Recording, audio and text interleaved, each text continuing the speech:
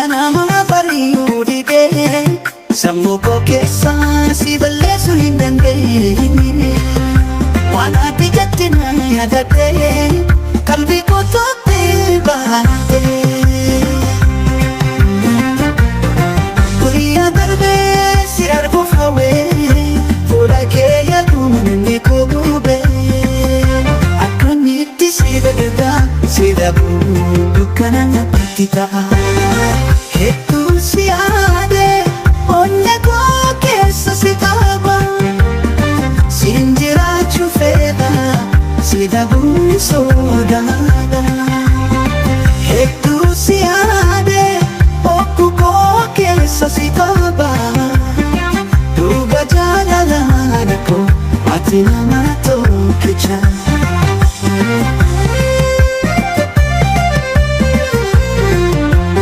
Yeroon darbe hunda sitti himaa jireenya koo keessatti siif qooda kenna.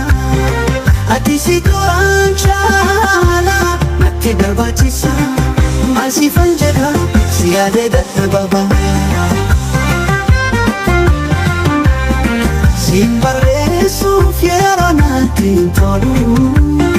Jecha siif ibsu arguun hin danda'u. Garaan koo si barbaada. Akka nama magaalee dhufe si hawwa. Hedduu si yaadee si arguuf hawwee. Ati onnee koo keessaa hin baane. Hedduu si yaadee si dhiisuu hin danda'u. Jaalalli koo si bira hin darbu. Yoo sargeen hangaa argata ganama bari'uu didee sammuu koo keessaa si balleessuu hin dandeenye. Waan ati jette na yaadadhee qalbii koo tooftee baatee. Guyyaa darbee si arguuf hawwee fuula kee yaaduun inni koo gubee.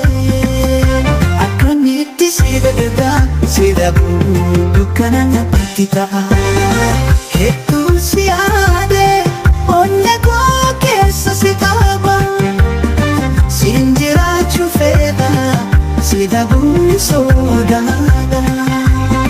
Hedduu si yaadee bokkuu koo keessa si qaba.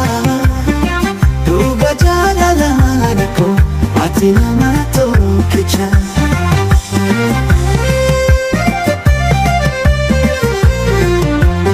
Yeroon darbe hunda sitti himaa jireenya koo keessatti siif qooda kenna.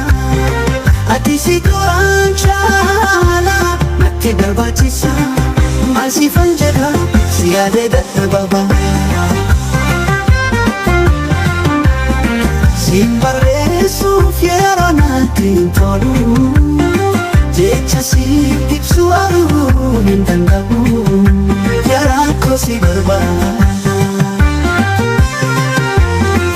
Akka nama magaalee dhufe si hawwa. Hedduu si yaadee si arguuf hawwee. Ati onnee koo keessaa hin baane.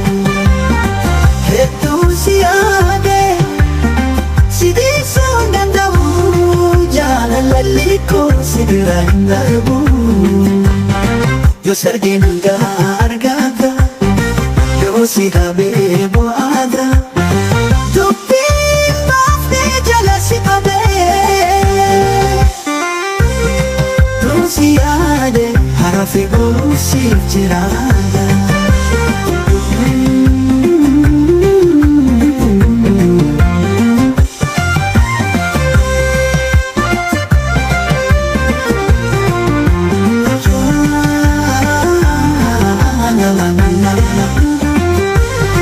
Yoo si argee nagaa argata yoo si dhabee bu'aadha.